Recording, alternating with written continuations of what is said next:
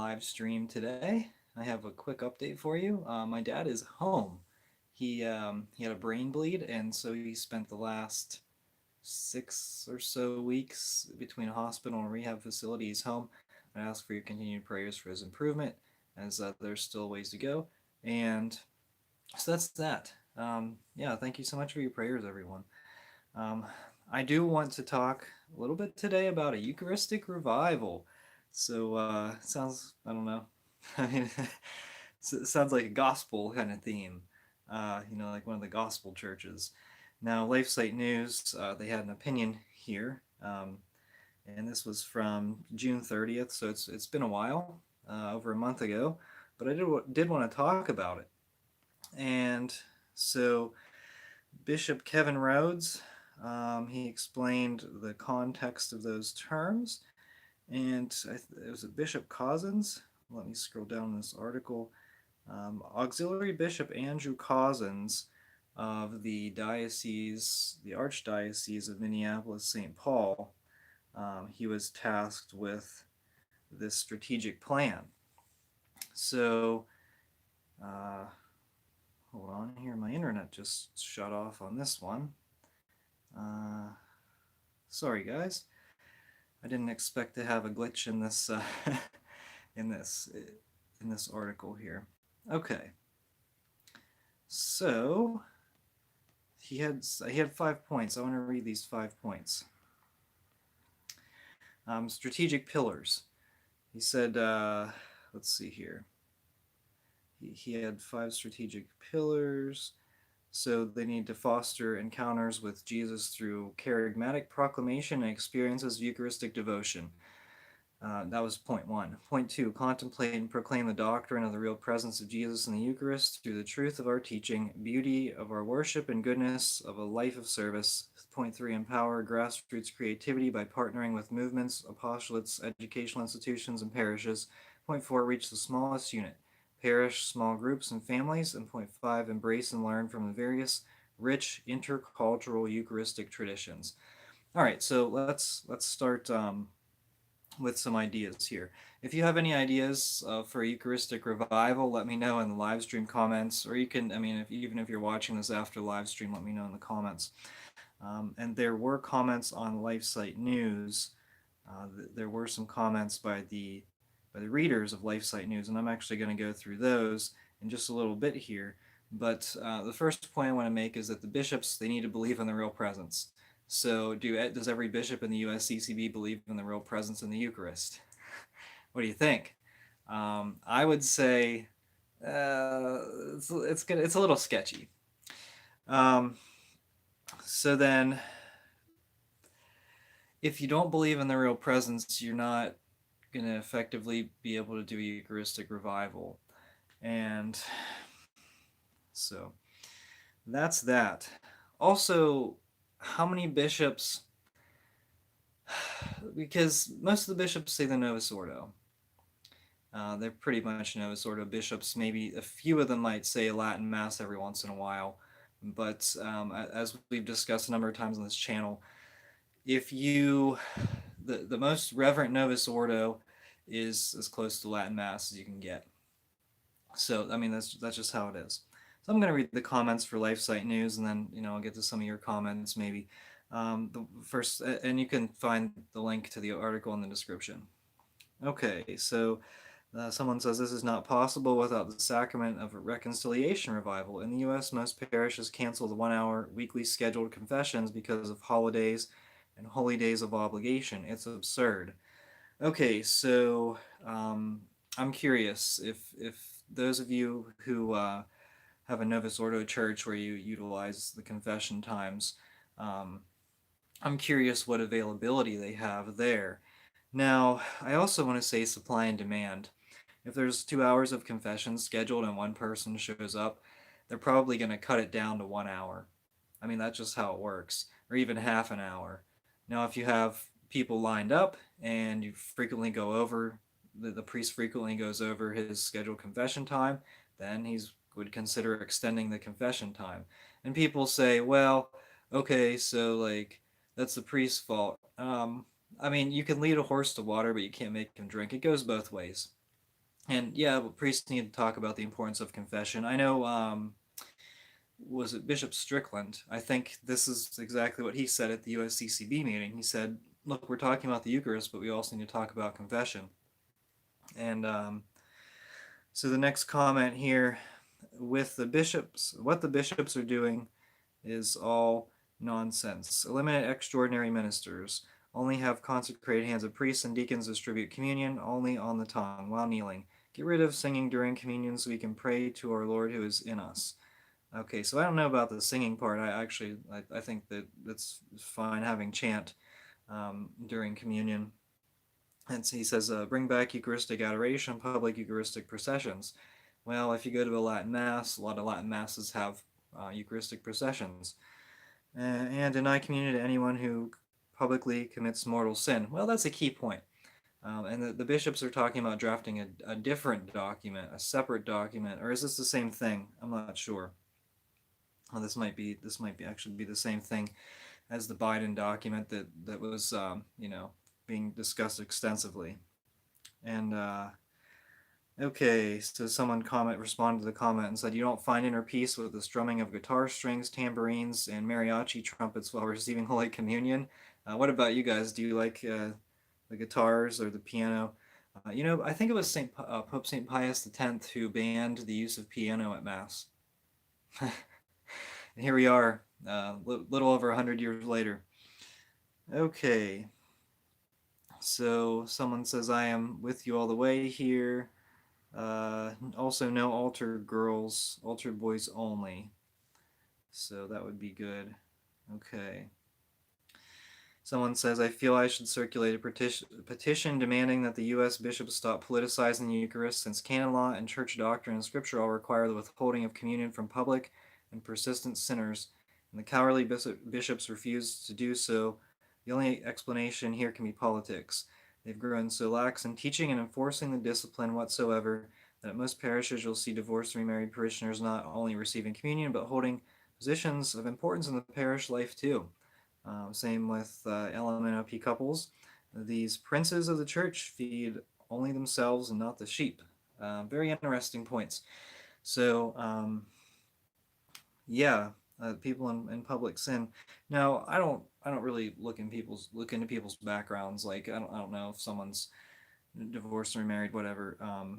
But this is an important point. Like, you need to really take a look at what you're doing, like who is representing these important positions in the church, especially like in terms of teaching, like catechesis, RCIA, just the different things. If you have someone who's openly in heresy or openly living a life that's contradicting church teaching, then obviously they shouldn't be in that position. We shouldn't even discuss that. But there's some other comments here. Let me scroll down to some short ones. All right, this person has, is it 6 points? 1, the restoration of all altar rails and kneeling for communion. 2, restoring communion on the tongue only. 3, eliminating extraordinary Eucharistic ministers. 4, using patens to avoid desecration of drop particles. 5, ad Orientem posture at Mass. That wasn't mentioned in any of the comments previously. And then 6, eliminating horrific heretical music that diminishes belief in the real presence. Okay, he says, when I read this article what I read in this article implies that the USCCB remains clueless as to the real reasons why there is abuse. That's a good point. It's the liturgy. In charismatic proclamation, that's an ambiguous statement which leads to no real solution. Some more kumbaya, give me a break. The manner and posture in which you pray reflects one's belief. And, okay. So, there's just other statements too. Anything else? Okay. So, I want to get to some of the viewer comments here. And I agree with a lot of those points. And the bishops would be wise to read these statements, like read these comments, although LifeSite News, they probably won't. So, okay, Captain Catholic, Eucharistic revival, like the new evangelization, that was an epic failure. The old evangelization works. Let's give that a shot, USCCB. And Captain Catholic says there's 45 minutes of confession on a Saturday. Well, okay. So I do want to tell a story. I went to confession at a local parish, and they had it scheduled at like 3. It was a Saturday. The Saturday evening mass was at 4, and I went at 3, and because it was during Lent, and I thought, you know what, there's going to be a lot of people, and I was the only one, and I, you know, got through confession, and stopped at the church, said my penance, and by the time I left, there was no one else there. So I don't know if people just didn't show up, and it was Lent. I mean, it seems like there's a lot longer lines during Lent, but I don't know if the people just didn't want to show up, or what. But it was kind of disappointing because the priest had like 45 minutes of confession before that Saturday evening mass, and maybe people are showing up closer towards the mass time so that they can, so I don't know, they don't want to wait as long. Maybe I don't know, but I was very surprised, and so that kind of goes a little bit with the supply and demand aspect of it. But like I said, it goes both ways. The priest should also be encouraging frequent confession. Okay. All right. Um, Basically return to traditional practices, period. Yeah, I mean, that's pretty much what it is. Now, how does Ad Orientem help with the Eucharistic reverence? I don't know. But, well, I do know. It separates the priests and the people. It gives a clear distinction between the priests and the lay people. So, and the altar rails help to underscore that, and as well as, receiving communion. But I was talking to someone yesterday, and I said, I don't, there are good Novus Ordo Catholics. I will say that. I don't want to say like anyone who attends a Novus Ordo is faithless. Like, no, there are really good Novus Ordo Catholics. But these Novus Ordo Catholics, they're not repulsed by traditional practices, by reverent practices, the good ones.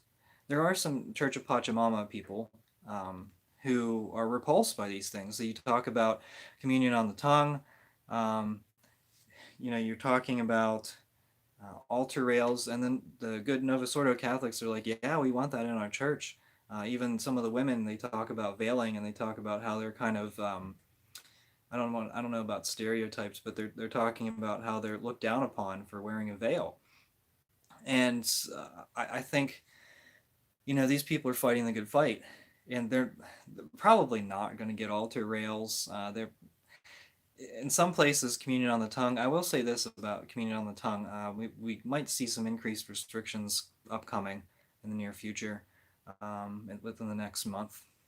And if any priest or any bishop denies you communion on the tongue simply because you want communion on the tongue, simply for virus reasons, then you need to shake the dust off of your sandals, and you need to say anathema and move on. I don't know if you can anathema. I don't know if lay people can anathematize priests or bishops, but if they ban communion on the tongue, that's not within their jurisdiction. That's not within their competence to do so, and they need publicly called out. Um, I don't even know what else to say about that. They should resign. There's no way. Um, okay. I'm an Archbishop Samples diocese. He only locked us out. Oh, he only locked us out for 6 months. I attend a Novus Ordo parish. That's confession 5 to 6 days a week, and both priests have come to confession in the sacristy before Mass if needed. That's good. Very good. Um, Confession 30 minutes before Mass works. Yeah, I think um, it just really comes down to there's not really a convenient time for anything. Um, so, like, I scheduled a First Friday evening Latin Rosary, and people show up. Some people have schedule conflicts. That's how it works. But if you're going to start like a prayer group or any kind of Bible study or anything, any kind of group, there's no convenient time. So you just pick a time and have people show up. And if they don't show up, if they have schedule conflicts, maybe they'll come the next time. And same with confession. There's no convenient time. I like Saturday mornings personally, but it whatever, like, there people, if people want confession, they'll show up. That's really what it comes down to.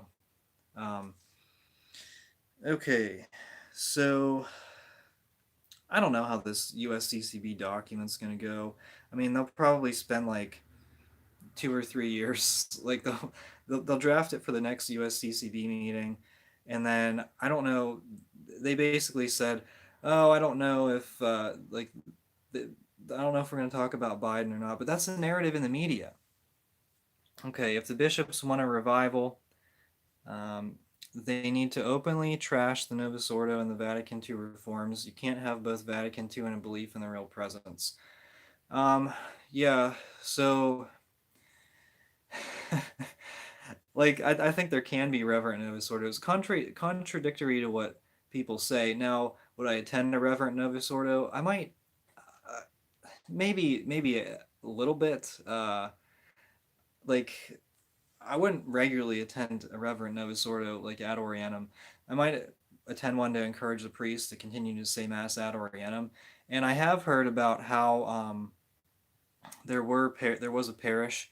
My sister told me about this. There was a parish in her diocese where the priest he started saying one of his masses ad Orientem, one of his Sunday masses, and it got so full that he added a second ad Orientem mass. And so people just want they want reverence for the Eucharist, and I think you can see that with the good Catholics. Now the Church of Pachamama, they don't care because they see the Eucharist as a community gathering, and they see the Eucharist or they see communion as just holding hands, gathering around a table, and that's why you saw this wacko stuff. I remember when I was a kid at a Catholic school mass in elementary school, all the children stood around the altar during the Eucharistic prayers.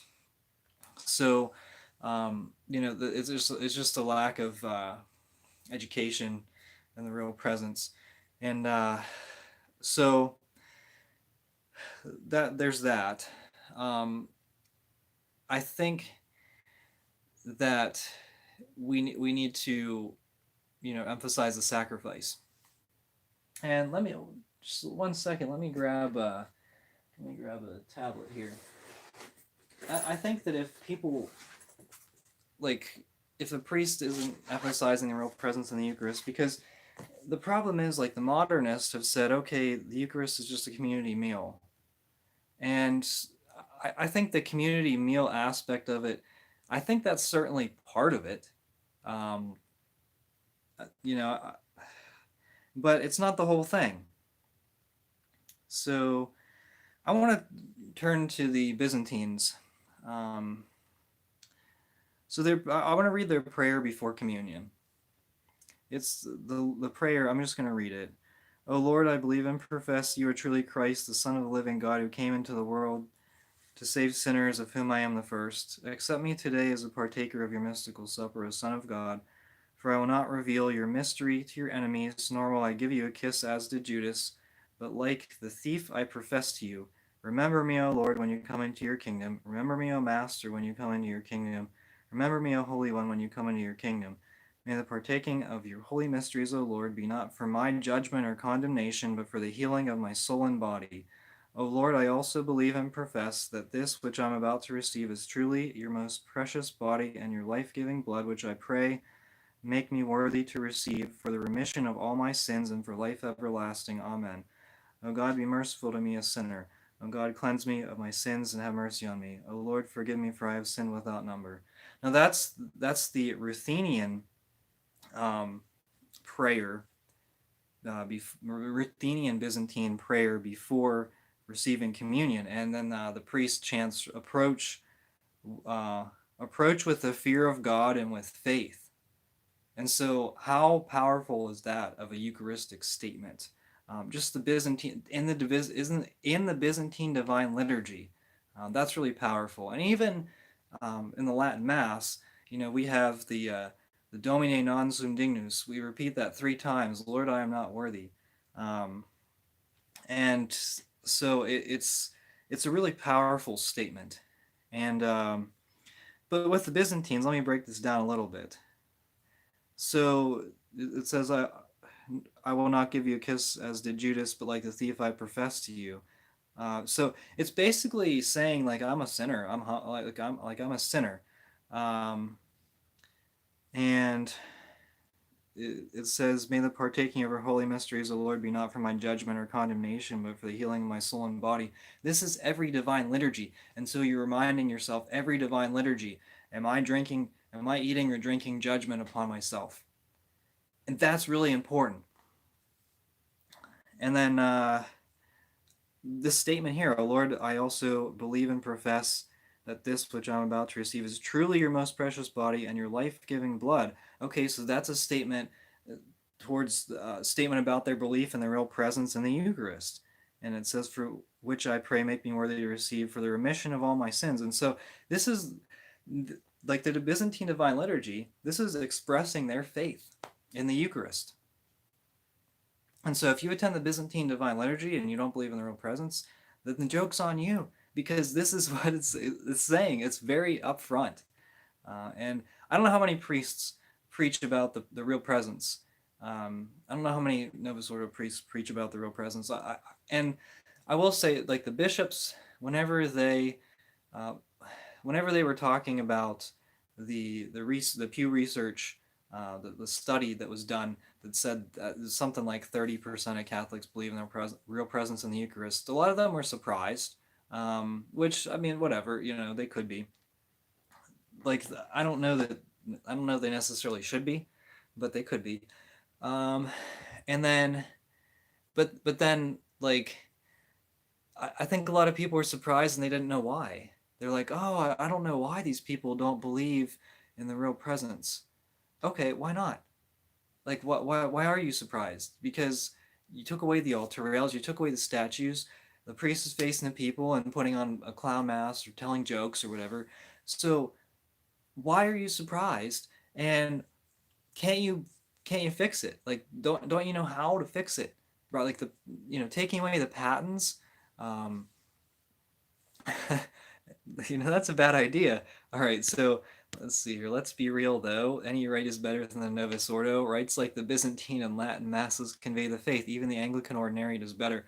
I think the Anglican Ordinariate, I don't know a lot about it, but it seems like it's much closer to a translation of the Latin Mass than the Novus Ordo. So I'd have to study it a little more. Like I said, I'm not familiar with it. And really, people have suggested that the Anglican Ordinariate should replace the Novus Ordo completely. I don't know. That's an interesting opinion. Um, but really, because the Novus Ordo isn't a direct translation from the Latin Mass.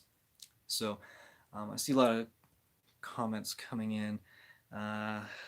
Okay, well, thank you everyone for tuning in to this live stream. This has been interesting. Eucharistic revival. So, like, I don't think there's any secret. Like, I don't think there's a secret that we need to return to our traditional roots. Eucharistic ministers, I think they should be eliminated. And here's one thing: in the Diocese of Pittsburgh, I just saw this today. Bishop Zubik required that all ministers, like Eucharistic ministers, need to require or need to wear one of these things over their face. And so I think that hopefully all the Eucharistic ministers will quit. Probably not, but hopefully they will, because and that's what needs to happen at every Novus Ordo parish, is they need to make all the Eucharistic ministers quit, because the priest should be the only one touching the Eucharist, and the Eucharistic ministers are not necessary, especially now. How many people attend Novus Ordos now as opposed to like 2 years ago, before the shutdowns? So there's less people attending Mass, okay, and the whole point of Eucharistic ministers was to speed up communion. But I guess I get the idea whenever you're singing like some of those hymns. I guess you do want to end it as quickly as possible, but like, you know what I'm saying? Whenever some of those Novus Ordo hymns are being sung, you do want to end communion as quickly as possible, but you don't need to have 8 Eucharistic ministers go up there. And especially now that the distribution of the precious blood in the is probably going to be eliminated almost permanently. I know that they really want to emphasize active participation and like their flawed logic of active participation, and so the body, blood, soul, and divinity um, of Jesus is contained in the Eucharist, and is contained in the host and in the wine, in either or, and so you receive everything in just one of them. but the flawed logic, I never actually really got it. Like, why should we receive, the precious blood whenever we already received the Eucharist? And I never really understood it, and later on I realized, yeah, the logic is flawed. Um, I don't know. It's just an interesting thing. Now the Byzantines, of course, they do intinction, but they have a spoon, and they pour the spoon into your mouth, with the host dipped into the wine, or the Eucharistic bread.